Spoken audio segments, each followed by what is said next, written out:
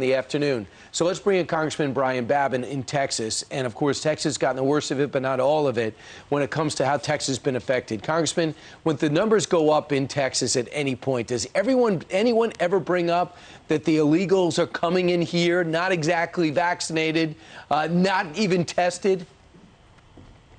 Absolutely. Great to be with you three. And I can tell you that Texas has taken the brunt of this.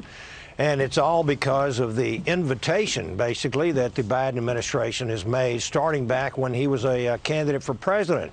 He has reversed these wonderful policies that worked and that were developed by President Trump back during his trial at the border, and that was back in 2019. And incredibly, we saw Secretary of DHS Mayorkas this week testified in front of the Homeland Security Committee and said that the border under Biden is no less secure than under President Trump. And that is the biggest whopper I've heard probably in 25 years, because as he said that, that's when there were 15,000 illegal immigrants that were underneath that bridge. And the numbers, you're right, they don't add up. What's happening?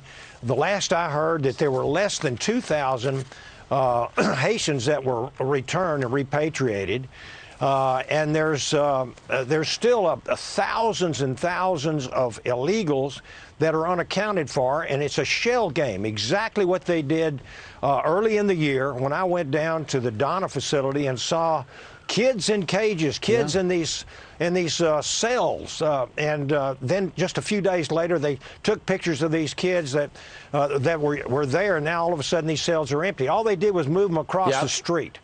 That's military bases. What's happening. To military bases. And Congressman, you know, the reason the administration is stonewalling, and when you were referring to Secretary Mayorkas, he wouldn't even give a ballpark number of how many people have been deported. It's because Joe Biden has got a problem. The Republicans want our southern border stronger, and the Democrats don't want anybody deported. So if they give a number, then it's like, oh, look what Joe Biden's doing. He can't win either way. And ultimately, what's going on, we can't win either way.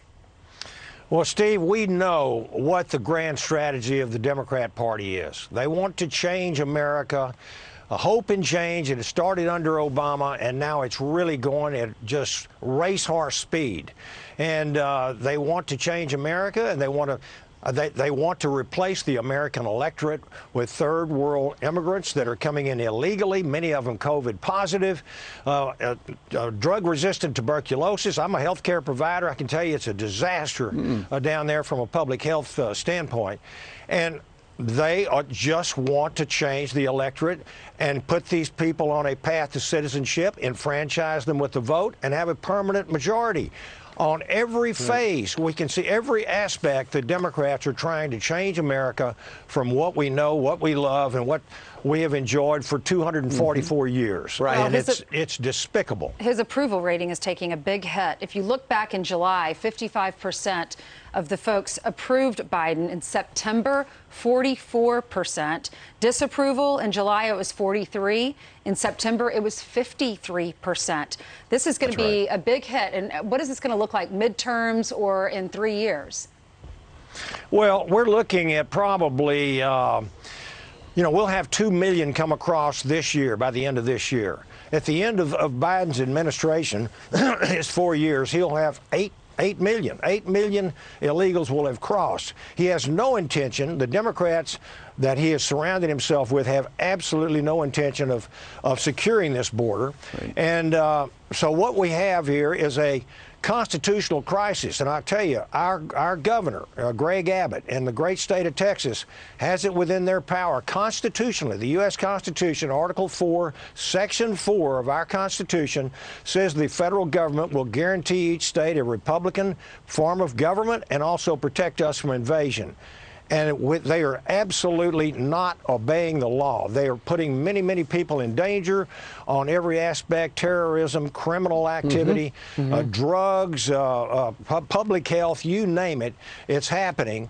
And the governor needs to continue what he's doing, and that is stepping up with our Department of Public Safety, with Texas National Guard, and start securing that border ourselves. And I've been very proud to see them happening, and I want to see it happen a lot more, because that's the only thing that's going to save this great republic of ours. It's got to be quicker. Ruination. It's got to be quicker. It's taken way too long. By the way, as Lindsey Graham tweeted out, the coyotes and cartels will appreciate the Biden administration removing Border Patrol agents on horseback because they're quite effective. That's another thing they're doing. Without even understanding the terrain and what they were doing, they just banned it and condemned it, and that's what they want to investigate. I got to ask you, too, how does all this lead to impeachment? You're one of the people signing off saying the president should be impeached. Where's this going? Well, with us in the minority and with Pelosi in charge in the House, it's probably not going anywhere. We have to have some Democrats to successfully impeach the president or anybody that he has, any of his subordinates. But many of them need to be removed. I am on my good friend Bob Gibbs from Ohio. He's got articles of impeachment against President Biden. He's the absolute most incompetent commander-in-chief that we've ever seen. I know in my lifetime, and I'm an Army and Air Force veteran myself, and the things that he's done on the border, stopping the great policies that President Trump came up with, and we talked about that earlier, letting thousands of COVID-positive individual migrants come across illegally into our country, unilaterally stopping the federal mandate for evictions against the warning of the Supreme Court, and then the Afghanistan debacle, having left Americans there, left $85 to $90 billion worth of assets there, and not having a plan to get American citizens out or our allies.